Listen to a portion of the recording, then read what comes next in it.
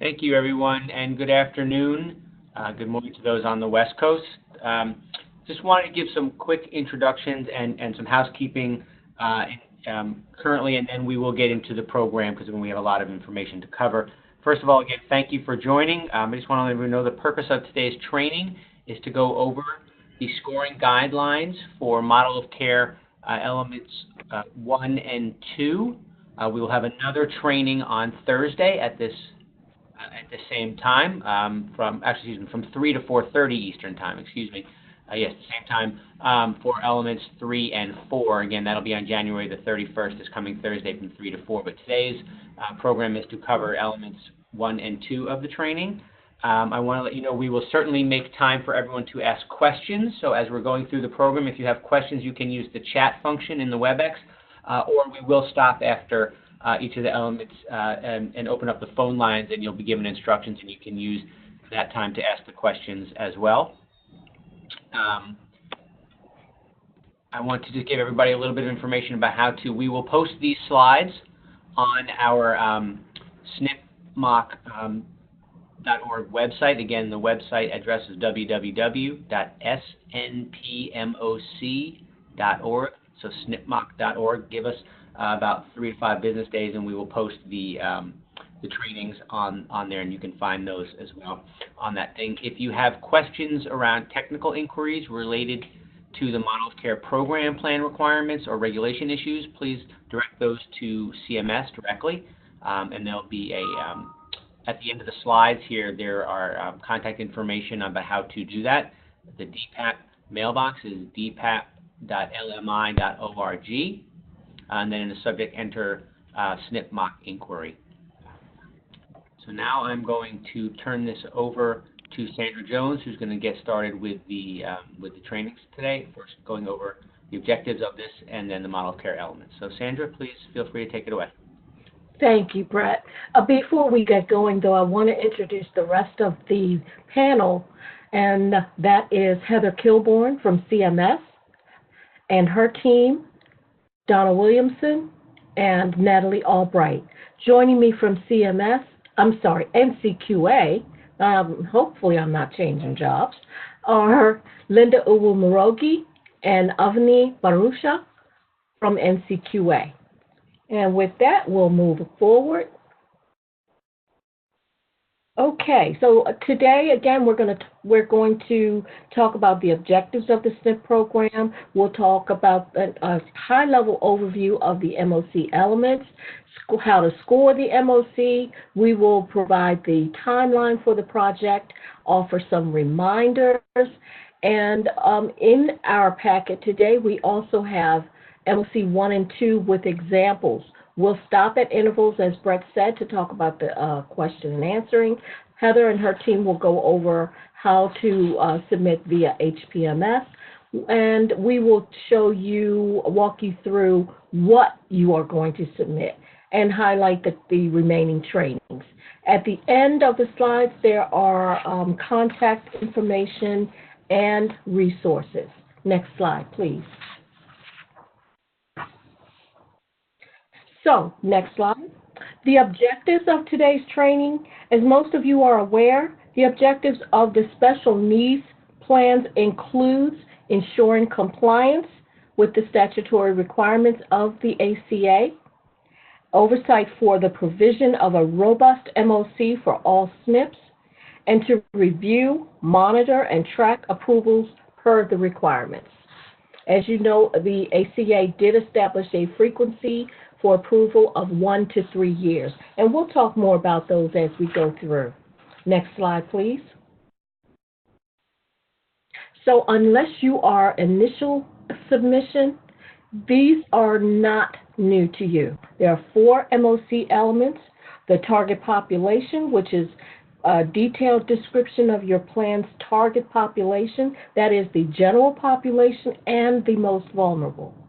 MOC 2 is care coordination, which covers the spectrum from staff structure to beneficiaries' risk and health assessments, stratification, care planning, interdisciplinary team participation, and transitions of care. MOC 3 consists of your provider network, and this includes practitioners, and facilities necessary to address the needs of your SNP's target population. And last but certainly essential to the success of the plan's operations and processes, MOC4, which is quality measurement. Next slide, please. Okay, so how will NCQA score the MOC? So here we are actually talking about the methodology behind the process. The MOCs will be scored on a scale of 1 to 4 for each element. There are 15 elements, so the maximum score a SNP can receive is 60 points. Also shown on screen are the percentages and the approval periods for each. Also, you will note that plans that undergo the cure, in other words, if you come through for the initial submission and you score less than 70%, you will be invited back to provide your responses to those areas that we have highlighted as not meeting the requirements. And you will only have one opportunity to do that. What I want you to do is keep in mind that if you do come back for a cure, you cannot get more than a 1-year approval. Now, along those lines, there's been a major change in the CSNPs to the process, and we will discuss that shortly. Next slide, please.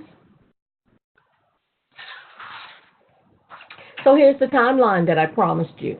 I think the slide speaks for itself. It is a high-level overview of the timeframes for submission. You'll see the dates. And I'd like to point out that there's a technical assistance call prior to the cure. If you receive under 70%, you really should attend this call and ask any pertinent questions that will help you make sure that you meet the requirements when you come back through. Next slide, please. So these are the changes that I referenced regarding the CSNPs. Next slide. Okay.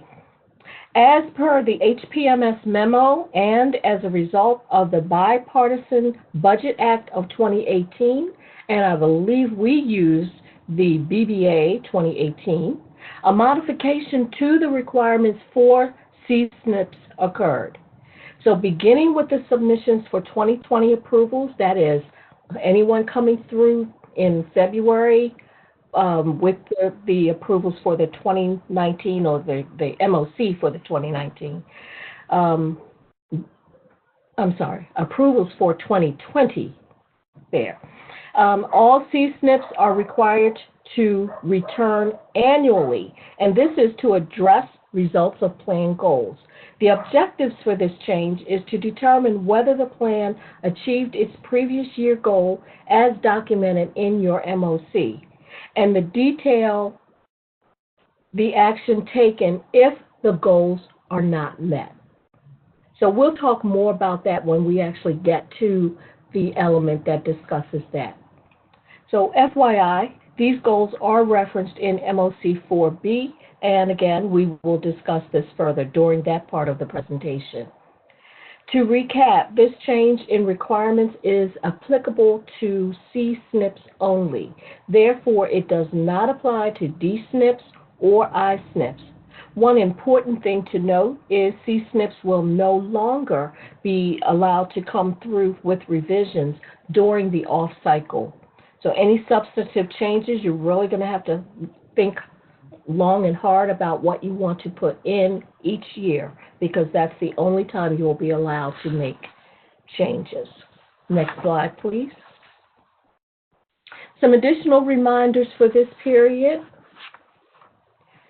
I strongly advise you to review the regulatory language within the elements, explanations within the scoring guidelines, and remember that reviewers are looking for process details. These are descriptions regarding your plan and beneficiaries. The MOC narrative should be written as a process document that addresses the who, what, and how. Your MOC is further reviewed based on the guidelines and evaluated as a new submission against the requirements. The regulatory language is emphasized within those applicable elements. And lastly, general process statements are not acceptable. Bear in mind that you have one opportunity to receive your best score. Therefore, statements or details provided must be relevant to the specifics of your plan needs and not the expectation of SNPs overall. If that occurs, I do need to tell you that your MOC will be scored down. Next slide, please. So when preparing your MOC narrative, here are some additional points you may find useful. If you're submitting multiple narratives or you have multiple SNPs that share a common MOC, please, in your matrix, somewhere on the top of that document, make sure that you list the relevant H numbers on the matrix upload document. This will allow us to group them together during reviews, and you have a better opportunity to maintain consistency in the scoring. Each renewal period will be considered a review of a new MOC, and as such, it will receive a new score. Note that if the health plan submits the same MOC, it may not receive the same score as the previously approved narrative in the event of changes or deletions in the requirements. If the plan is submitting the same or similar MOC as in previous years for an initial application, please also note that H number on the matrix upload document. And we will elaborate on details about the MOC target population when Linda talks to you about those. At this point, I'm going to stop and turn everything over to her and introduce you to our staff member, Linda Uwu-Morogi, who is going to discuss in general MOC target population. Linda? Thank you, Sandra, and good afternoon, everyone. My name is Linda Uwu-Morogi. Today I'll be covering MOC 1, elements A and B. First, I'll review element A, which pertains to the description of the special needs plan or SNP population. So as I review these elements, I'll be providing highlights about the factors and also some examples. And then towards the end of the session, you'll have the opportunity to ask questions or make comments. Next slide, please. So as you know, a SNP is a type of Medicare Advantage coordinated care plan, and it's specifically designed to provide targeted care and limit enrollment to special needs individuals. The target population must be identified and defined as it relates to the type of SNP. So you know that this could be a dual eligible SNP, chronic condition, institutional. The objective will be to fully describe your target population. The description should provide an underlying basis on which all of the other elements within the MOC build upon to support the coordinated care for both current and potential SNP members. It's going to be essential for you to highlight, number one, your process for eligibility verification and how it's determined and tracked for SNP beneficiaries. Also, you'll want to provide a detailed profile of the medical, social, cognitive, environmental, living conditions, and comorbidities that are associated with your SNP population in the plan's geographic area. So in the broader sense, looking at it from the public health arena, you could liken this to the social determinants of health. So you want to really consider the environment, ethnicity, gender, culture. Those are the conditions that influence individual and group differences in health status. So be sure that you're providing us with a 360 view of your overall population. You can take the opportunity here to also talk about any unique characteristics as well. Next slide, please. Historically, we've noticed that a lot of plans like to use national statistics to generalize the population. And while this can support, when you're describing chronic diseases and comorbidities, we really want to stress that the overall description must speak about the specific SNP for your service area in order to meet the intent. Generally, population information is going to vary by your state, county, or even your city. For instance, stating the CDC reports that 4% of people aged 18 to 44 years old are living with diabetes, with no additional language to support your target population, would not meet the requirement. Next slide, please. Before we look at this example, I do want to say that for all of the examples of being reviewed throughout this session, we're considering a fictitious SNP plan called the Smart Health Plan. So please remember that all of these are not all-inclusive. It's simply meant to be a reference. So considering this example, if we reflect on the intent of MLC 1A, Factor 1, which requires a description for how staff will determine, verify, and track eligibility, we'll see here that Smart Health indicates they use enrollment applications to capture member info, and they have their analysts verify with their Medicaid state system. They've also discussed how frequently tracking occurs, and for them, this is on a monthly basis with a state agency. Also, the time to completion before disenrollment, as well as the overall eligibility process, is well defined. So there are no specific guidelines on the length of your documentation. What NCQA really focuses on is that you're meeting the requirements. So if it can be done in a few paragraphs or if it takes you a few pages, that is going to be determined by your plan's procedures. We're providing you with an organizational template so that you know what information needs to be covered and you choose how you want to present that to us. Next slide, please. Here's an example of how plans can identify and describe both the medical and health conditions impacting SNP beneficiaries. And this one is for MOC 1, Element A, Factor 3. In this example, it applies to their C-SNP population. And you'll see the primary condition, the chronic condition here, is diabetes mellitus. They've also noted additional comorbidities as well. Again, we recommend adding comparative information which details the population in the service area. Could be the state or the county's information if it's applicable and available to you. This information can be placed in a paragraph or a table. We find that it's going to be helpful, especially if you categorize, you're a part of a larger corporate entity with a lot of different plans under the contract, that you put this information in that format. You also want to draw the correlation between what you present as your target population and all of the other elements in the MOC. Next slide. Now I'd like to review MOC 1, Element B. The intent behind this element is for plans to identify their most vulnerable beneficiaries. In other words, this is a subset of your general SNP population. Sometimes this is referred to as the sickest of the sick. So identifying this set would require an explanation on how they differ from the whole. We don't really want to know about individual members, but instead you should provide from a population level perspective. Next slide, please.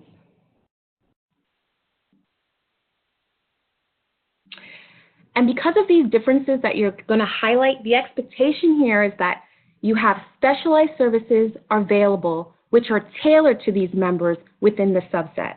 So the goal is to answer the question, what are you as the SNP providing this targeted group to address the unique needs? There are going to be descriptive terms that we recommend using when defining and identifying this subgroup, such as age, gender, maybe it's a certain diagnosis, medication expenses that exceed a certain limit, or a high level of readmissions. This is really an opportunity for your plan to highlight the specific services you offer and the resources that are available to them. But please remember that giving a broad description of services that are provided to the general population, again, will not satisfy this requirement. Next slide, please. In this next example, we're taking a closer look at Factor 2 and examining how the organization identifies its vulnerable members within their SNP. So the Smart Health Plan mentioned that their vulnerable members have both multiple chronic and complex behavioral health conditions in their description. They believe that this has impacted the number of hospital readmissions, and on top of that, the population may be experiencing some issues that limit their access to medical services. They also outline unique characteristics of the population. So they're talking about things like abuse, caregiver neglect, literacy levels, other important factors which really help to paint that picture, or as stated before, provide us with a 360 overview. So the overall intent is that you provide the details on special services and programs which exceed the provisions that are available to the general population. Next slide, please. And this last example is highlighting element B, factor 4. The requirement asks for the identification and description of established relationships with partners in the community. So Smart Health has identified their partnerships and resources that assist in providing those needed services. They're talking about food banks, soup kitchens, cell phone program, crisis relief centers, and health departments. You'll notice that they've provided this in the table, and they've identified these resources by name within their service area. So this format is helpful, but again, it's not restrictive to how you present. It's just meant to be seen as an example. Move to the next slide, please. So in conclusion, I'll wrap up this section by doing a quick overview of our discussion. So we've reviewed element A. Element A, we talked about plans needing to identify and define the general SNP population. And then the MOC goes on to build upon that definition in element B, which looks deeper into this population and is requiring the identification of the most vulnerable beneficiaries within the SNP population and how your plan is going to address their needs.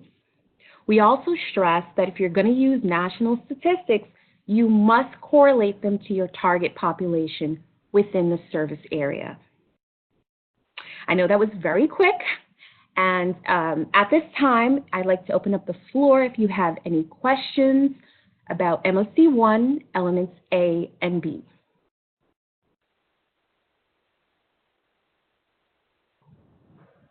So, Earl, can you open up the phone lines, please?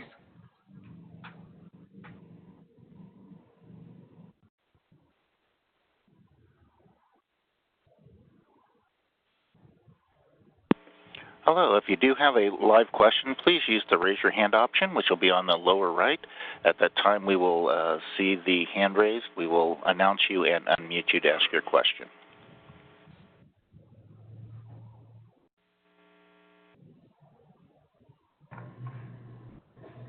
And while everyone's queuing up over the phone, I have two questions here in the Q&A. The first question being, if we could please provide a few examples of what would be a special service for the most vulnerable population.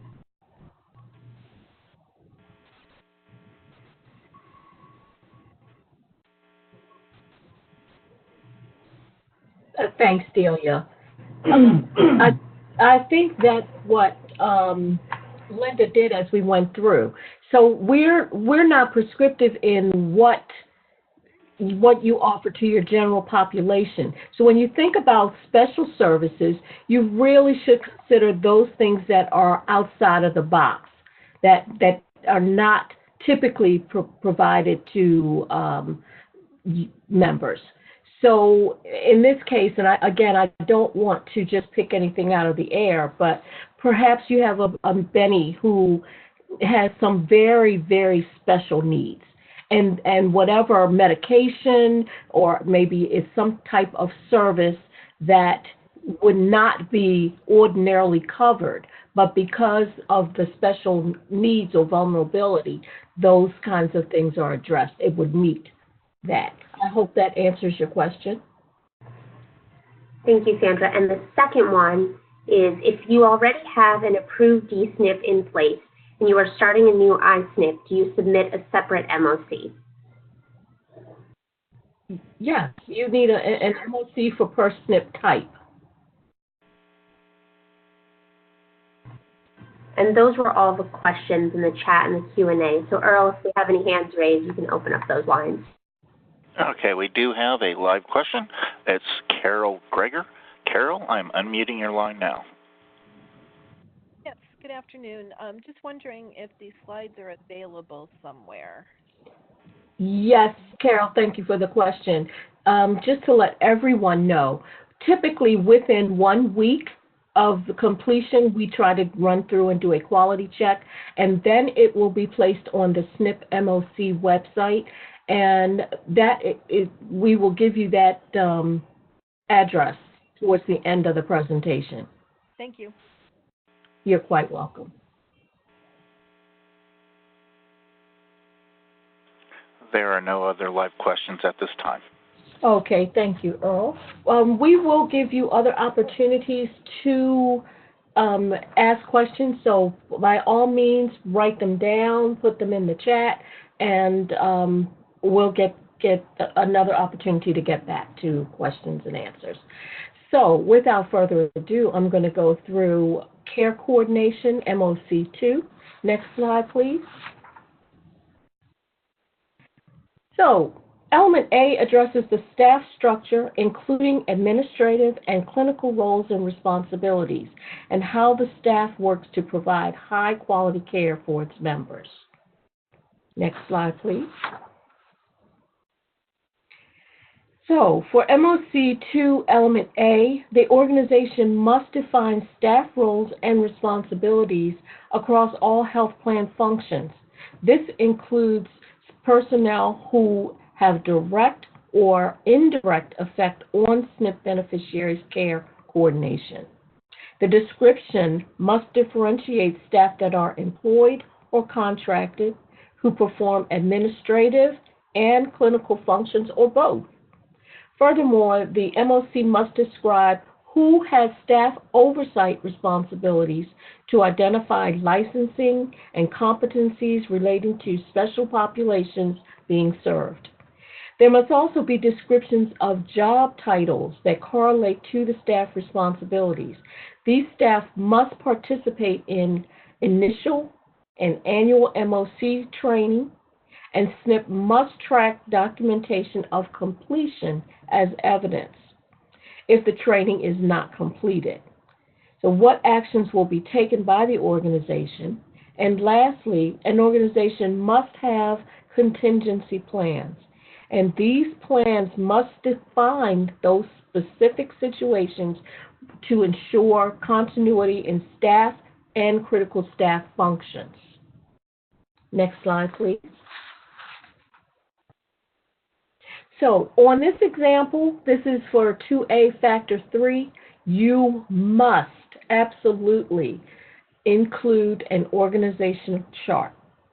So again, I want to emphasize that you may provide one overall chart to display for each unit or business operations, customer service operations, or case management. So you can have one or you can have several that break it down, because sometimes it's a huge org chart and you can't fit it all on one page. So you can break it up into 2 or 3 different charts on one page. Next slide, please. So this example demonstrates those points that I emphasized in the opening slide. You need to tell the reviewers how you conduct the initial and annual MOC training, show examples of your materials, and that is your slides. A word to the wise, your table of content does not meet providing a description of the training content. As you can see on the screen in red, it says, include slide deck or detailed description of content entered. So you need to provide more in your description to describe each element that a slide would show. One other thing that I'd like to mention is that if you're an initial SNP coming through, this is your first time ever coming through, you may have a detailed description of the contents. You may not have slides directed, but as a plan coming through for renewal, you most certainly do have training slides, and you should include those or have a very in-depth description. Next slide, please. The HRAT. This element requires plans to provide a description of the HRAT, specifically how it used the coordination of members' care, the development and updating of the ICP, and how you communicate the results to the ICT. The description also includes the process for conducting the initial and annual assessments, noting the time frame for reassessment, the rationale for reviewing, analyzing, and stratifying HRAT results, and communicating those same results to members, caregivers, and stakeholders. Next slide, please.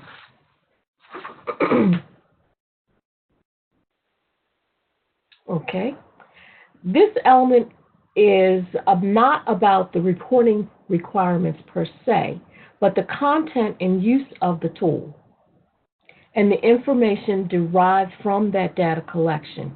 Details such as how the information is gathered and utilized to assess and stratify members and documented with the members' ICP and discussed within the ICT. What are the time frames for reassessing the performance? In addition, a description of when the initial and annual HRAT is performed is required. Next slide, please. Must have regulatory language details within the MOC. So what exactly does that mean? Plans must state their process for outreach and completion of the HRA. Attempts to contact the member, for example, those who do not want an HRA. The takeaway here is that all members, and I underline all, must have an HRA. Next slide. So NCQA nor CMS are prescriptive in the HRA tool that you must use. So pictured on screen is just a visual of what an HRA tool looks like. And I'm sure most of you have seen them. Next slide, please. So again, with the handouts. And as Linda mentioned, I just want to bring it back around. These handouts, as we call them, are more or less cheat sheets. This is showing those who are new at providing an MOC narrative what kinds of information are included in the documentation. Again, I want to say that these are not all-inclusive, but they do give you an idea of which direction to go into.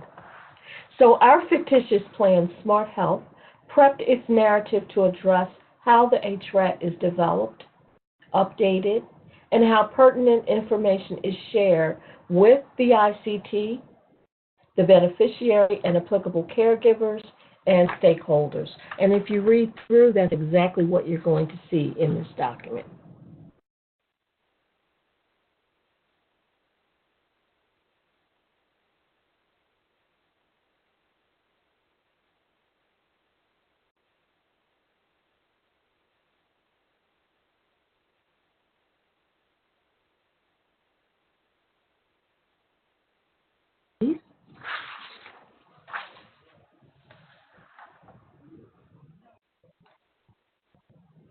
Is that the next slide? I'm sorry, you cut out for a minute. Okay. MOC2 element C. Okay, you're on C. There you go. Okay, thank you. So the intent of element C is to describe how the SNP develops and updates the beneficiary's ICP. The takeaway here is that CMS expects an ICP for all SNP beneficiaries, but allows flexibility for the SNP to stratify by risk and place priority on high-risk, high-need beneficiaries. Your description details how this is performed by responsible staff. Next slide, please. Okay. The ICP must have details of the beneficiary's self-management goals and objectives. That is, the essential elements of the ICP. For instance, members' personal health care preferences, description of services specifically tailored for that beneficiary's needs, identification of goals, and updates to determine whether they're met or not met. And the plan should include how the ICP is developed and modified, which personnel are responsible, such as the care manager, how the ICP is documented, and where it will be maintained for updates, and do members of the ICT know where it lives. Lastly, how any modifications of the ICP are communicated to the beneficiary and other stakeholders, again, such as the ICT. Next slide, please.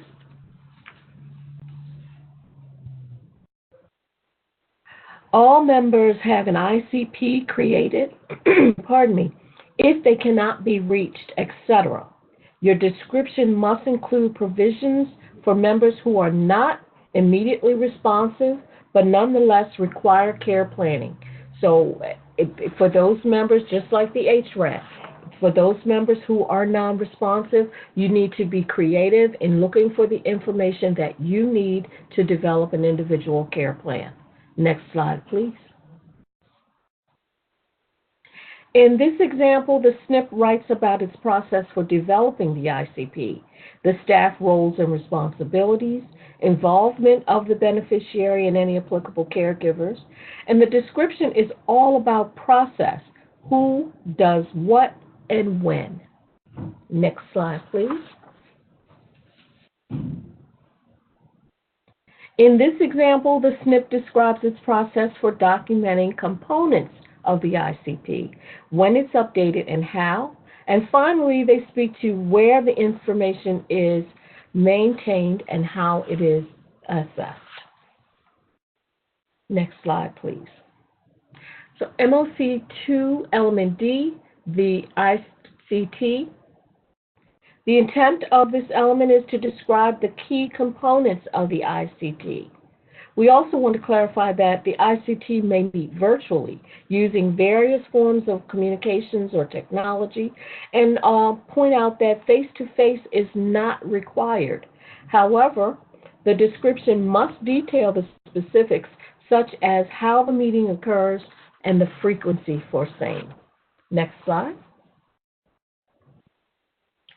The organization must explain how it facilitates the participation of beneficiaries and their caregivers as members of the ICT, and they must be able to describe the roles and responsibilities of the ICT to determine the composition and to make implementation of the ICP effectual. This includes areas where additional team members may be brought in. Perhaps there's a new problem and you need a new team member to address those particular issues. As regular communication will be needed among the members and within the ICT, there must be a description of the type of information exchanged. Selection of ICT members must meet the unique needs of each beneficiary. Next slide, please. Simply put, all members must have an ICT. Next slide, please. So this is an example of the development of the ICT. In it, Smart Health details include why and how team members are selected, who coordinates the team, and how the information that the team gathered is disseminated. Next slide, please. The focus for this example details how the ICT's participation results in improving the overall health of the beneficiary.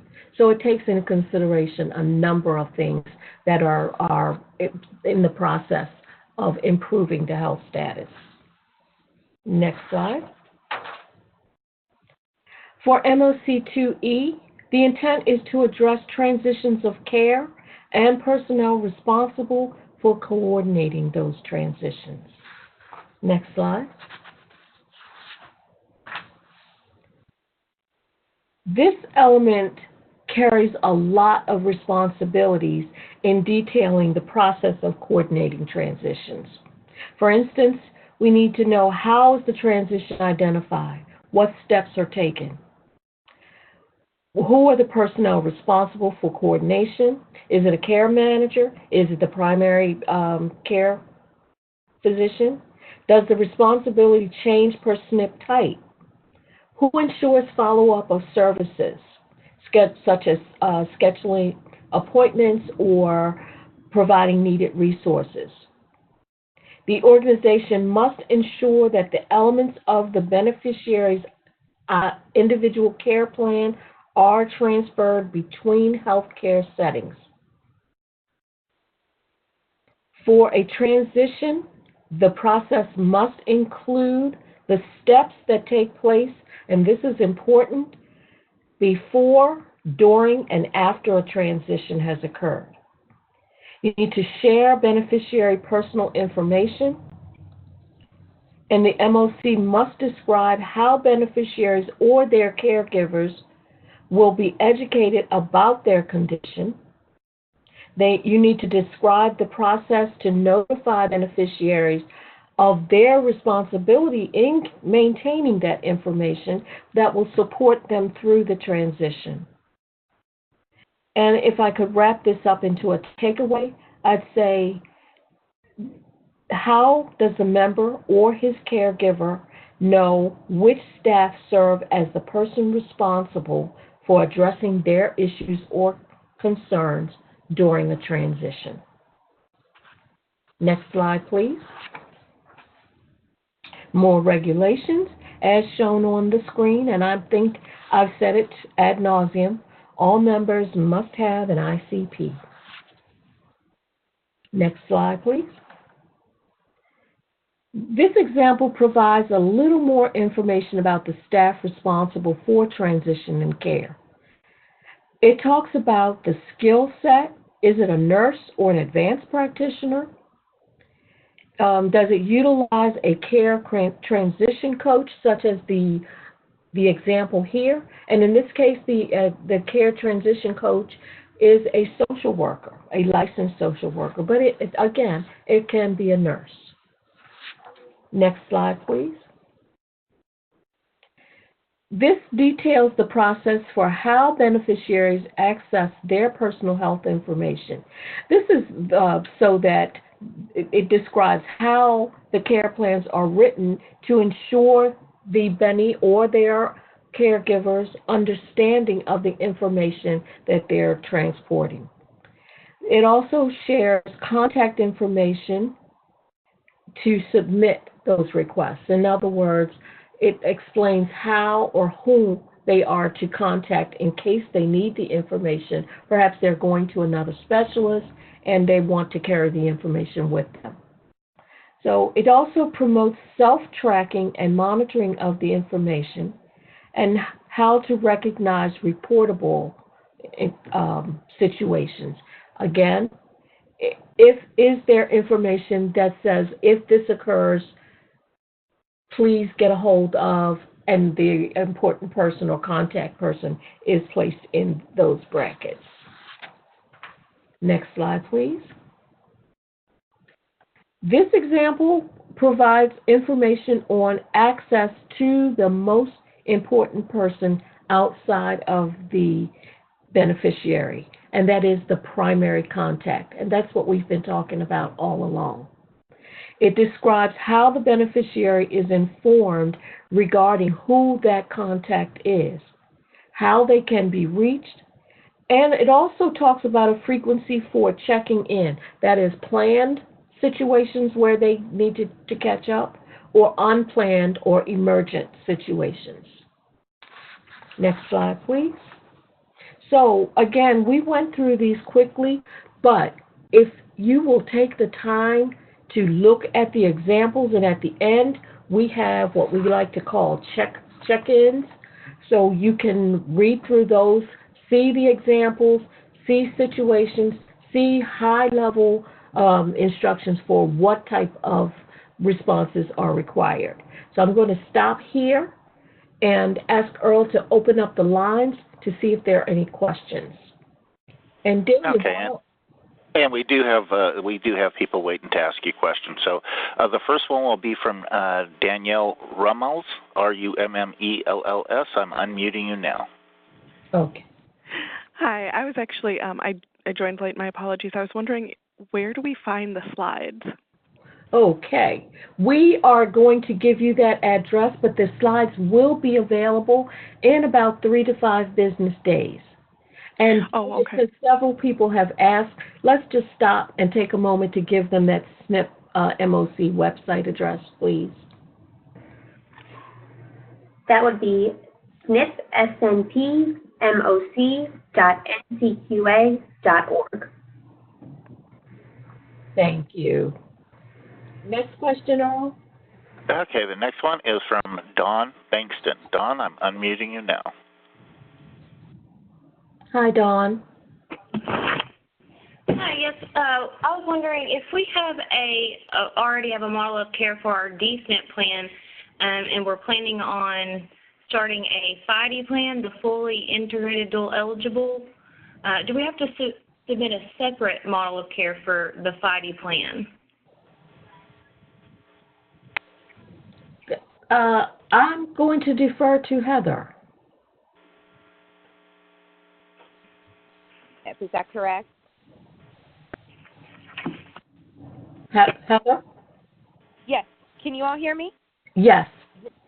Okay. Hi, everybody. This is Heather Barks with CMS. And so they get split up by SNP type. We don't recognize subtypes for mock purposes in terms of integrated DSNP versus a fully integrated or highly integrated high DSNPs and FIDE SNPs. So if it is a DSNP and it's under the same contract, then it's 1 mock per SNP type. Very good. Thank you. Okay. And I also want to add that since that is a different target population, there may be some differences in relation to your previous plan. So you need to pay special attention to those and point out those specifics when you identify that population. Yeah, thank you, Sandra. That's a great point. I will piggyback off of that. So even though it can be 1 mock for the current SNPs or for every SNP in the plan, the mock does have to distinguish any population differences among the different DSNPs within that contract. And same for CSNPs and ISNPs. Thank you. Yeah, we're just sure. We just want people to be cognizant of any updates from year to year. So even if things are staying the same, just to make sure, like if your population and little things like that update, this would be the opportunity to include all of that. Any additional questions? Any questions online, Delia? Yes, several actually came through as we were wrapping up the last question and answer session. So the first is, we submitted the iSNP MOC on 2/14/2018, and it was approved for 2 years. Are we required to submit anything by 2/13/19 deadline? Okay. You did say an iSNP, correct? Yes. So they submitted last year, and they were approved for 2 years. They need to submit this year. Then, right. The answer is no, they do not need to submit this year. Okay. That's correct, Sandra. I will remind everyone that HPMS will send an email to everyone who is responsible in our system for a submission for CY 2020, which will be coming in this year. If your mock expires at the end of next year, then you would be submitting your mock the next cycle. Thank you, Heather. Next, for a new plan that had a 3-year approval, when do you recommend submitting an off-cycle submission? Sandra, I can take this if you want. Thank you. Sure. So Sandra and I are sort of joking because we have gotten a couple of these questions as of late, and I think with the changes with the seasons may have triggered it. But just a reminder, and to clarify anybody that's new, the off-cycle mock submissions are completely optional, and we actually have them there as an option and basically as a request from the industry from you all just in case there are some substantive changes to your mock. If so you do have a 3-year approval and something happens before the next submission is due, like a major change in your plan or anything like that, we give you the opportunity to make that change before the next cycle. However, I want to reiterate that they are completely optional. There are no requirements, and we actually do not expect any plans to make off-cycle submissions. We have it there in case there is a necessity to do so. And when you go into the HPMS mock module, which we will be able to look at the screens a little later in this presentation, but we won't be talking about the off-cycle module specifically, but on the mock homepage in HPMS, if you do click on off-cycle submissions, there's a helpful checklist there that we have found to be helpful when you're determining what's a substantive change versus what's a change that doesn't, like an administrative change or anything like that, that doesn't necessitate resubmission. And so I would advise before you submit any off-cycle changes to go over that checklist. We also have an off-cycle mock training we held, I think it was 2 years ago. Those slides are on the NCQA website, snpmoc.org or snpmoc.org. And so, Sandra, do you have anything to add? I may have rambled a little. No, I think you covered it. Thank you. Okay, thank you. Okay, and the next question, if you're expanding into new counties, of course you don't have any information on active members, but is it okay to instead conduct an analysis on currently enrolled dual eligible members that are a part of your non-DSNP MA plans? This is talking about an expansion, is that correct? Yes, it's talking about expanding into new counties that they don't have information for on active members.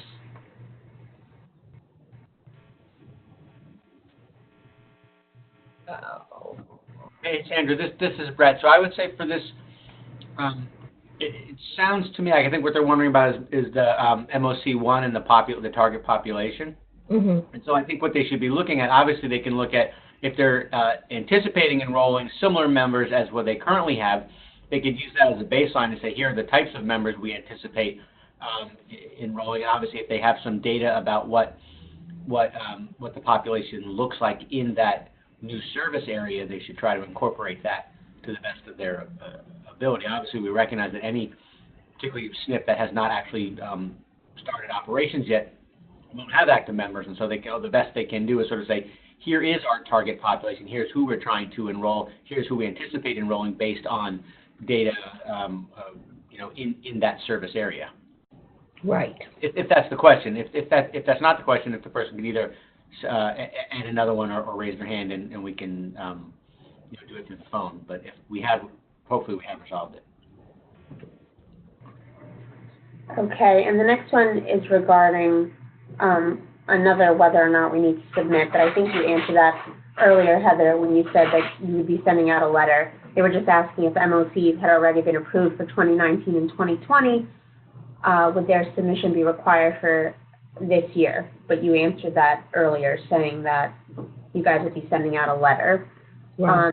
Then the next question is another expansion question. It says, if a SNP MOC has been approved for 3 years, but we have a DSNP expansion in process, will the MOC need to be updated? I guess the one that's been approved, will it need to be updated?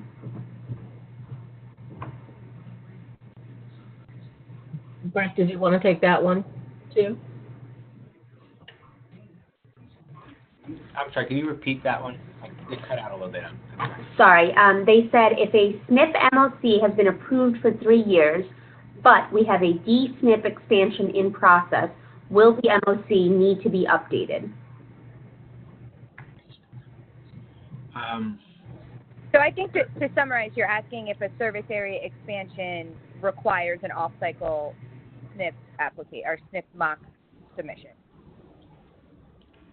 I think that's what they're asking. Or do they need to create a brand new? If it's already an existing SNP and they're just expanding to a new county, they don't need a new application. Is that correct, Heather?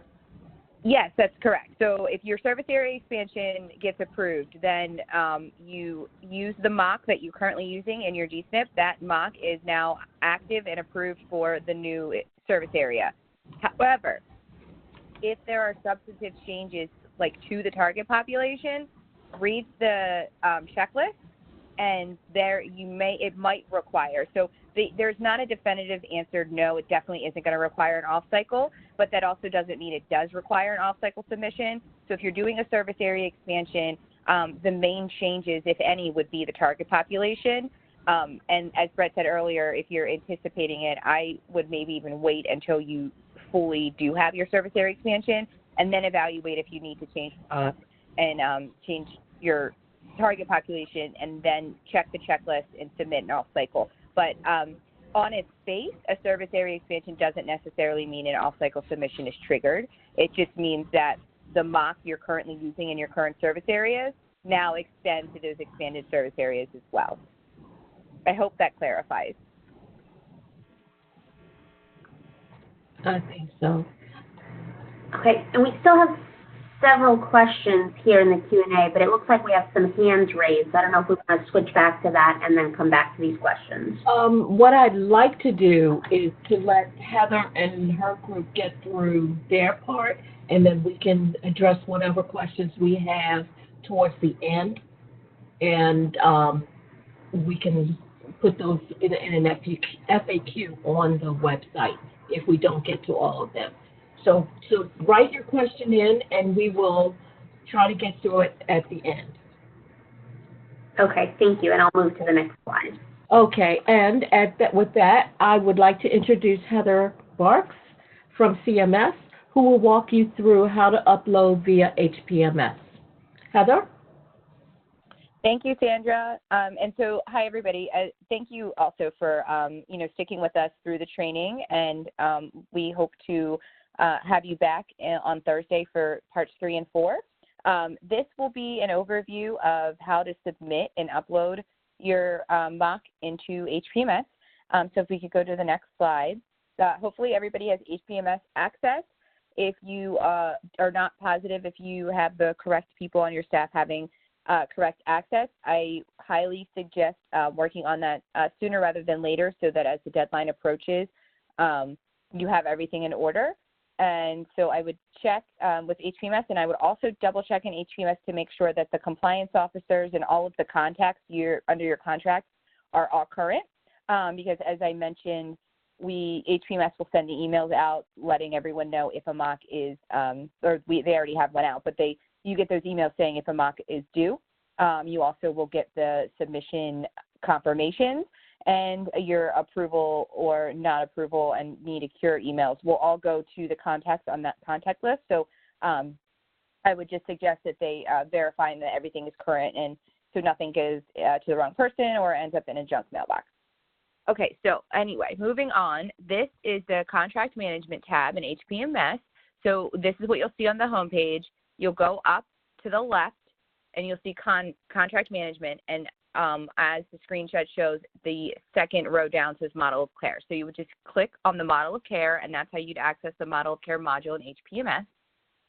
If we go to the next slide. It's pretty user-friendly. And so here's the model of care homepage. Off-cycle submissions are up top. As I mentioned, if you click on the off-cycle submission just as a sidebar, that's where you'll find the checklist and everything show up. For our purposes here, if you are submitting a renewal mock submission, you will click Renewal Submission. And next slide. And this is the page you will get to. And if you see on the bottom left, there is a box that says Select Contract. Those will be all the contracts you personally have access to, so it's not every single contract in HPMS shows up, just the ones you will need or have access to for your mock. So you would click the one that you are submitting for that contract. Once you click on that on the left, if on the right you see this box where it says Select a Mock, and it has the institutional facility up here as an example, your specific mock type will show up there. So first click the contract on the left, and then click the relevant mock on the right. And then next slide. oh, wait, sorry. So the next slide is you clicking the relevant mock. Once you have that, you below there, it says select mock file for upload.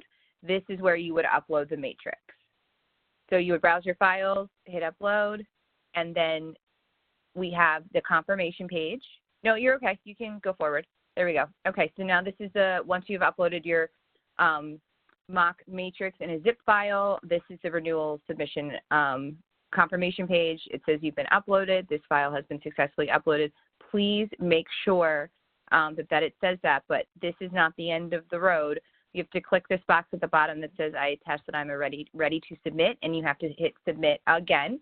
So you have to hit upload, get to this page for the upload confirmation, and then hit submit. If you don't hit submit, it won't get saved, and then you will go in as missing a submission, and that will initiate a failure and then a cure period. So make sure you hit submit. Go ahead to the next slide. And this is your official submission confirmation here. You can click on the file name to use it, and also on the right, you'll see there's a communication history. That will show you any emails you received saying that this submission has been confirmed, this submission has been received, and then it'll have the, as the scoring process goes, these communications will start appearing of like the email of whether or not you were approved or if you need a cure or anything like that. If you could go next slide. Okay, if you click on your file, you will see this is how your mock appears in the mock detailed report. This is how it appears on the screen as your approved mock, or once it's approved, this is how it will appear in your reports as your approved mock. You can go through and read it there, and your scores will also be available here once they're in, once they're submitted and reviewed. Okay, next. Okay, so questions. So before, and I skipped a step, before we get into the Q&As, I want to say to get to that model of care report, there's a section on the homepage of the mock module, the last one that said submission report. So that's where you would click on to get any information of your past reports or your past mock submissions, the current mock submission, and like I said, communication history is a good place to find any confirmation emails if you are worried we haven't gotten something. And okay, so now I think we can open up to question and answers. Thank you, everybody.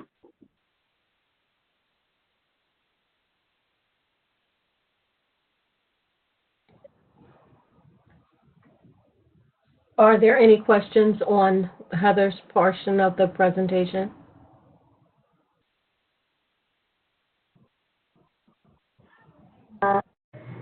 The only question I'm seeing, under which section do you upload a new / initial MOC? So the initial MOC is submitted through the application. And so that is on the application page when you're going through the SNP application module. I believe they covered it under training, but if not, feel free to submit a question to the SNP application mailbox. But there is somewhere within that process, and I apologize for not being more in on it, but I guess more particular, but brand new SNP mocks go in with your application. So as you're applying and turning your application in online, there is a section where you upload your mock, when you would hit upload through that application. That's where you would do it. The same reviewers will be reviewing those mocks that review the renewal, or the renewal mocks. We have the exact same criteria in place, so it's all one process, but it's just because you are a brand new SNP. Having an approved mock is part of the of requisitions for having a SNP in place in general, one of the prerequisites. And so your general application approval is tied to whether or not your mock is approved. So I'm really trying not to confuse everybody, but if you have a new mock, you will submit it with your SNP application. If you have a current mock and current SNP in place, you will go to the mock module to submit the renewal.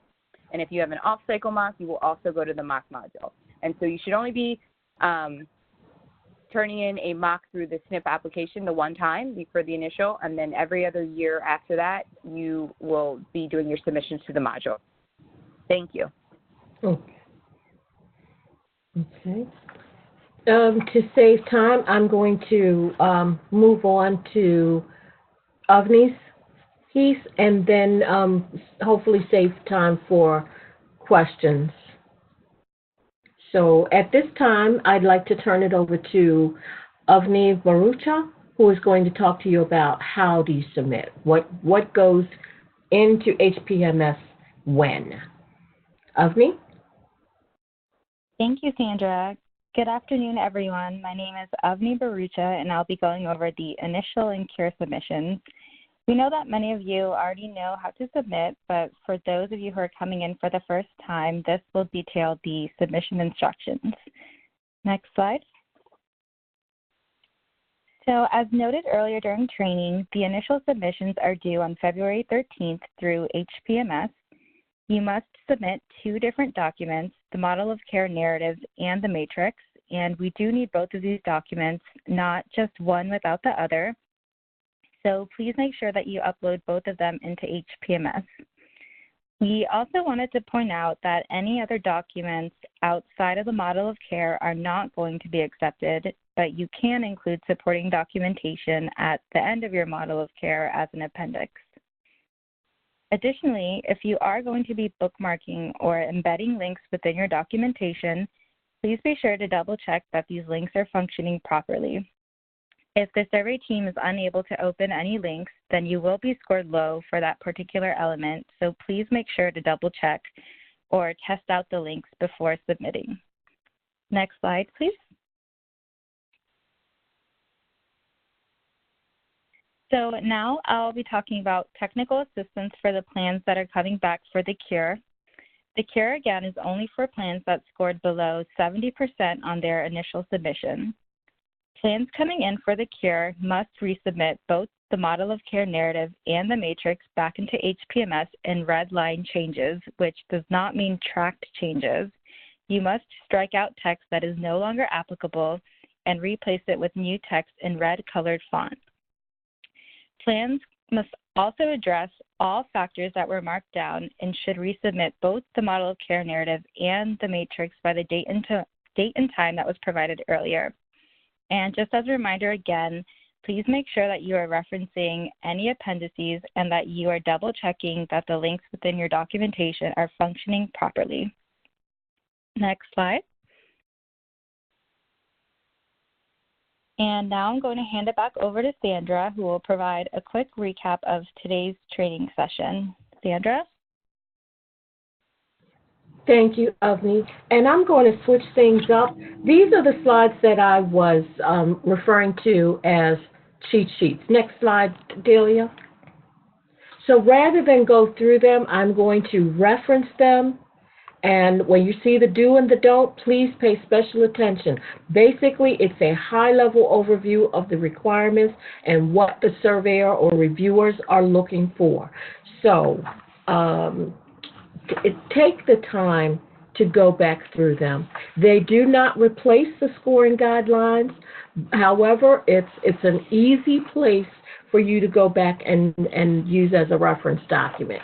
So Delia, if you will go to the training and education slide, I'm just going to mention. Okay, so the next training, as Brett mentioned earlier, is for MOC Elements 3 and 4.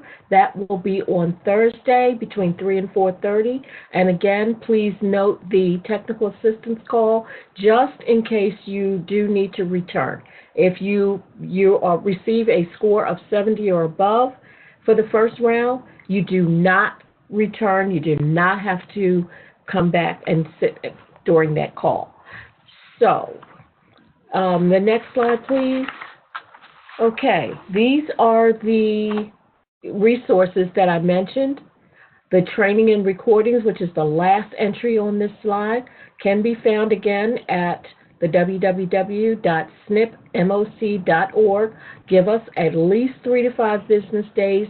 We will have them up. We will try to get through all of the questions that we don't get through online and make those available under FAQs on that same website. If you need to get a hold of CMS, please refer to the addresses listed here.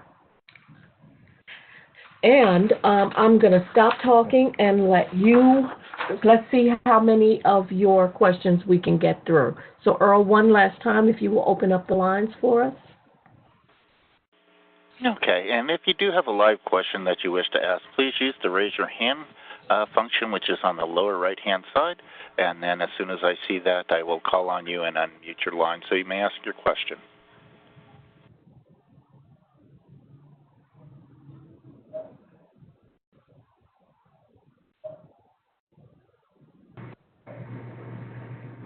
Okay, and I'm going to go ahead and just read a couple while I wait for those to queue up. Okay. The first one, it says NCQA released a SNP MOC matrix in November. It does not match the one released by CMS in January for CY 2020 submission. Can CMS and NCQA confirm the final matrix for submission? Heather, we did not release any documents in November. It's just whatever was on the website, on our website. We didn't update anything regarding the matrix. So if that's the case, go ahead, Heather. Oh, no. I was just saying that is correct. We did, in November, we released the memo noting changes for the 2020 plan year, but we didn't release a matrix. The matrix that was in November 2018 on the NCQA website was just the matrix before it was updated. Heather? So yes? Hi, Donna. Donna Williamson, can you hear me? Yes, but so the PRA package is separate. But go ahead, Donna. Right, yeah, no. This is, I believe this is related to the PRA package. Oh, okay. And and that was an error that was posted or put out there in November when we initially posted for the mock PRA package for the 60-day comment period.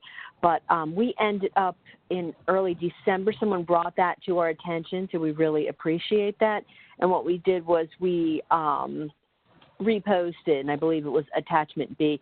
It was just in our process to 508, there were a couple items that were left out, but again, we reposted the correct version, and so all of the elements for the initial renewal and the off cycle are still the same. We did not make any changes, and so again, what was corrected was reposted in early December, and the PRA package will be reposted again for the 30-day comment period.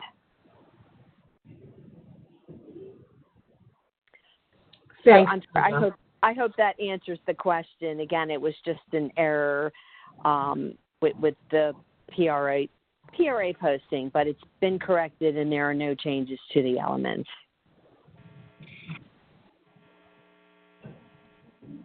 Okay, Delia, next question, please. Okay, the next one. Can the plan use the same HRAT for initial and reassessment? So I'm guessing for an initial submission. I would think that would not be an issue as long as it collects the information that's needed. That it's noted as a reassessment. Okay, and then the next one, can ICT meetings discussions use 2 or more identified care team members, or do they need to have all identified care team members at each meeting and discussion? Again, I would say that we're not prescriptive for how many members need to be there as long as they are discussing the issues that the pertinent member is there to discuss the issues at hand.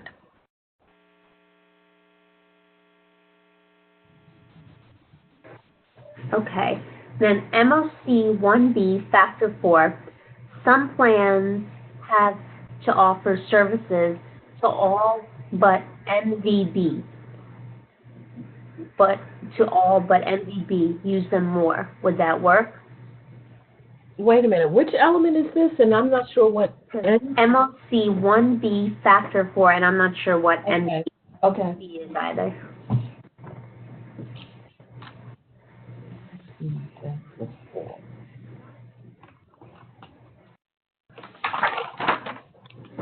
Identify. Can you repeat the question, Zelia? Sure. Hold on. Oh, did I lose it? Sorry. Okay.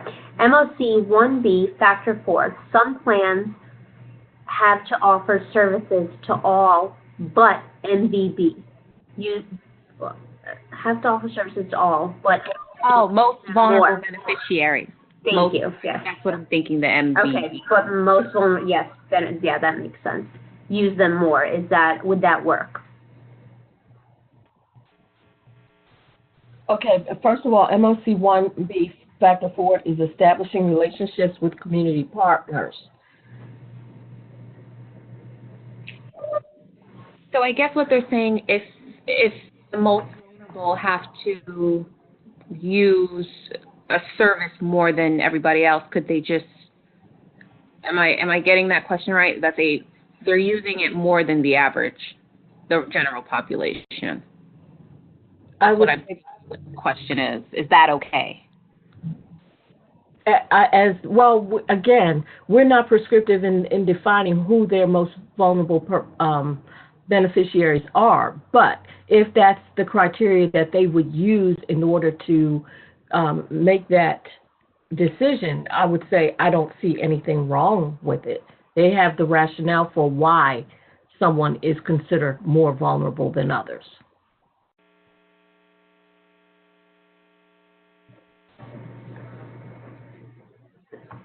Okay, and then the next one, are plans required to submit a copy of the HRA as part of the MOC? A requirement.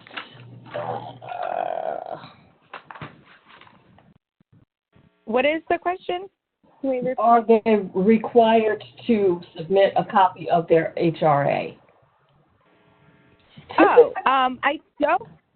It's the mock requirements have you describe your health risk assessment tool. It does, yes. Right. It requires a description. I don't see where. Right, but it doesn't. It doesn't. But let's just say most do. Yes, exactly. It's not a requirement, but it's helpful. Yes. Mm-hmm. Thanks, Sandra. And because also this is a question we get a lot. We know that people change their HRAs as they grow as a plan or as their target population needs change, or technology honestly changes. So you can make changes to your HRA without having to submit the actual HRA to us. It would just be a description that's required. But it's helpful if you would like to submit it to us. We'll take it. Right. And in the case of off-cycle submissions, that would not be considered a substantive change requiring resubmission. Correct. Okay, Delia, next question. Well, are there any that hands raised?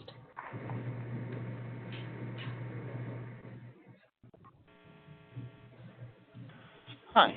We do have two questions. The first one is from Tricia Norris. Tricia, I'm going to unmute you now.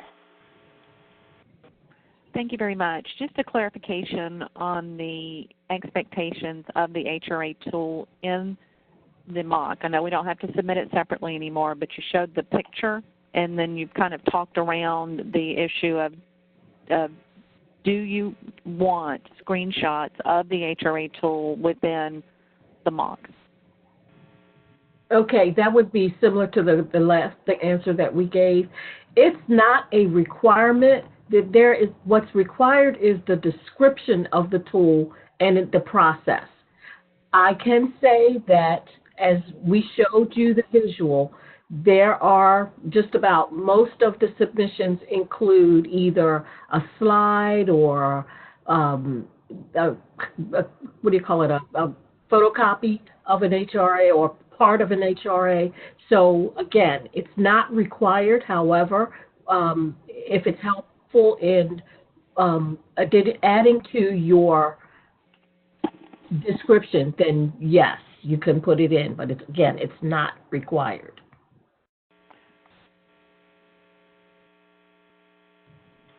Okay, the next question will be from Tracy Yerkes-Maxwell. Tracy, I'm unmuting you now. Hi, my question is around the matrix.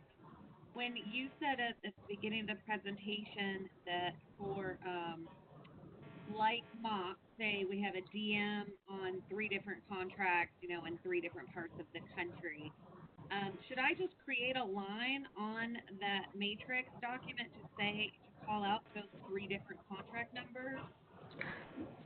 There is an area on most of the matrices that have where you can put the H number in. And if I recall, there was an area that said this is part of a submission that have like MOCs, or you can just put something in parentheses that says these 2 mocks are similar. Okay, perfect. Thank you so much. Okay. Okay, the next question will be from Julianne Holloway. Julianne, I'm unmuting you now. Hi there. My question is in regards to a SNP expansion for model of care. We currently have a SNP mock approved through 2020, but we are in the process of filing for a DSNP expansion. Will we have to update and resubmit our model of care during the off cycle, or we'll be able to wait until 2020 to make all those changes and resubmit? You will. This is Heather, and you will be able to wait. However, if there is a big change that you are going to implement before the next renewal submission is due, you may submit an off cycle to account for that. But it's not necessary. As it stands, the way the policy is if you expand into a new service area, your current approved mock also applies to that service area. And so we just ask that, you check the target population, or some plans end up having changes to their mock based on taking on the new work. But again, it's totally appropriate to wait if that is the preference. And when you say a large change, you mean in the way that we, model our HRA or our ICP or something like that, not specific to the county? Okay. Yes. Yep. Absolutely. Thank you so much. Thank you so much. No, I'm glad I was able to clarify. Okay, and we have one more question. It's from Catherine. I hope I pronounced this right. It's Hamway, Hamaoui. Catherine, I'm unmuting you now. Hi. Yes, thank you for taking my question. This is perhaps a little off base, but I just wanted to know if we do experience another federal shutdown, are there different contact resources that we should utilize if we have questions during the shutdown? Unfortunately, we can't speak to that right now, but I will say that the Centers for Medicaid and Medicare Services should not be affected by another shutdown. We weren't affected by the previous shutdown unless something crazy happens in Congress. CMS is funded through fiscal year 2019, so we should be good through the mock season. Okay, thank you. Sure. Okay. Earl, are there any other hands raised? Yes, we just received one. Cindy Johnson. Cindy, I'm unmuting you now. Hi, thank you for taking my call. You referenced in the slides that the individual care plan should be written to a 6th grade language, and I'm not familiar with that requirement. Obviously, we assume it's lay language so the individual could understand, but I'm not aware of any CMS requirement in SNP mock that requires 6th grade language. Can you elaborate, please? Yes, thank you for that. And let me just clarify something. That example was used for that fictitious plan. You, as a SNP plan, may have your own level of education in which documents are written for understanding. I think the takeaway here is that the information must be understandable by whoever it's directed to. That specific or specificity was just for that fictitious plan. Thank you. You're welcome. And we are at 4:27. Heather, Brett, you guys want to take maybe one or two more questions and then we can wrap up? Sure, that sounds good. Okay. All right. Delia, any additional questions in the queue? Yes, so I have, please elaborate on what is acceptable for an ICP and ICT if you have a SNP MBR who has not seen a PCP specialist or no known address.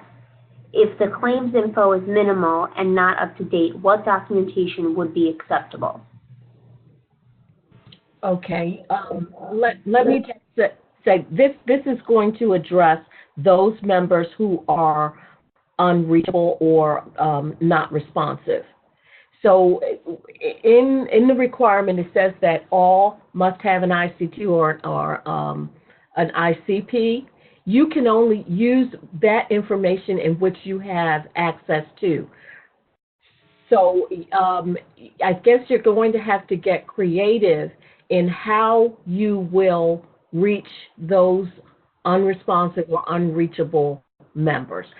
While CMS knows that not every member can be reached, we want to see that you do your due diligence. We, that is CMS and NCQA, want to see that you do due diligence in reaching out and trying. What steps do you take to reach those types of members?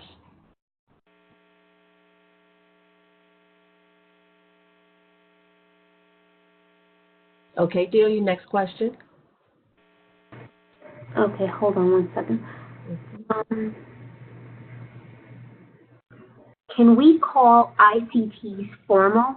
Core team meeting with member and provider invited and call others as informal, only having key care team members communicate to work on barriers / interventions, etc.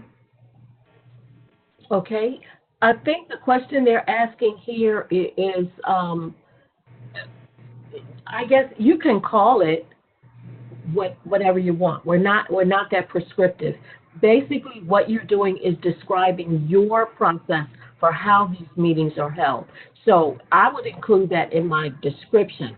For informal meetings, consist of, and whoever the participants are, and for formal meetings, this may include the practitioner provider, the nurse case manager, and any other team members who have issues that are going to be discussed at that time.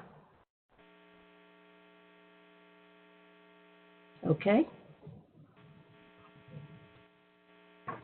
And we're at 4:30, Sandra. Okay. Okay. Well, again, we are going to be collecting these questions. We will share our responses on the SNP MOC website, so please be on the lookout for them there. We thank you so much for joining us today, and we look forward to seeing you for MOC 3 and 4 on Thursday. And if the team would just hang out for another minute or two, then we'll be moved into another room. And thank you, Earl. That concludes our part. All right, thank you. Ladies and gentlemen, thank you for attending today's webinar. This concludes today's presentation. You may now disconnect your lines and have a nice day.